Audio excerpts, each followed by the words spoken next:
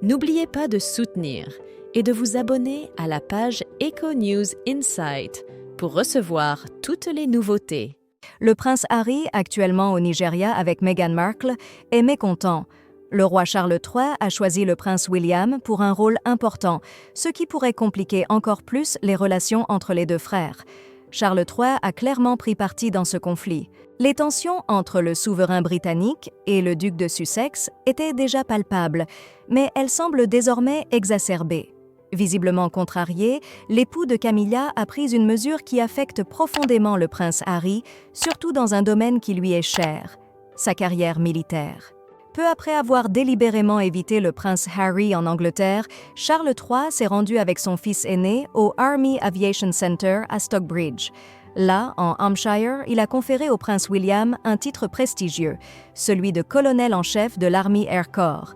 Ce titre n'est pas le premier pour l'époux de Kate Middleton, mais il revêt une importance particulière. En effet, c'est dans ce même régiment que le prince Harry a servi en Afghanistan. Cette décision a été mûrement réfléchie. En août 2023, suite à son accession au trône, Sa Majesté le Roi a annoncé plusieurs nominations militaires, a rappelé le palais de Buckingham.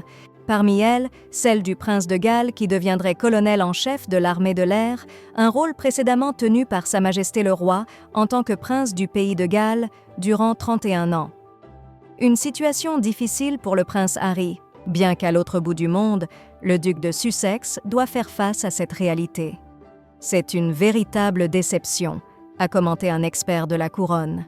Le fait que le roi n'ait pas rencontré son fils cadet, le prince Harry, alors qu'ils étaient à seulement 3 kilomètres de distance, illustre l'ampleur de leur éloignement.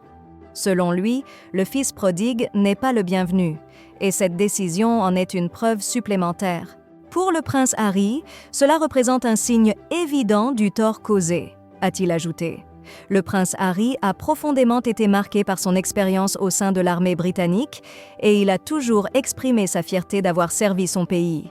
Le père d'Archie et de Lilibet a participé à 2 missions en Afghanistan, la première en tant que contrôleur aérien avancé en 2007-2008, puis en tant que pilote d'Apache de septembre 2012 à janvier 2013, avant d'être promu capitaine. En mars 2015, le palais de Kensington a annoncé que le prince Harry quitterait les forces armées après 10 ans de service. Bien qu'il ait pris sa retraite de l'armée, l'histoire militaire du prince, époux de Meghan Markle, reste une partie importante de son identité. Preuve en est la distinction qu'il a reçue récemment.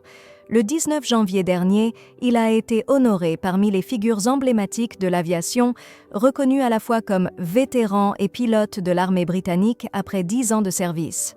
Il a aussi été salué pour ses missions d'entraînement en vol aux États-Unis, au Royaume-Uni et en Australie, ainsi que ses missions de combat en Afghanistan, où il a contribué à sauver des vies parmi les forces alliées et de nombreux civils.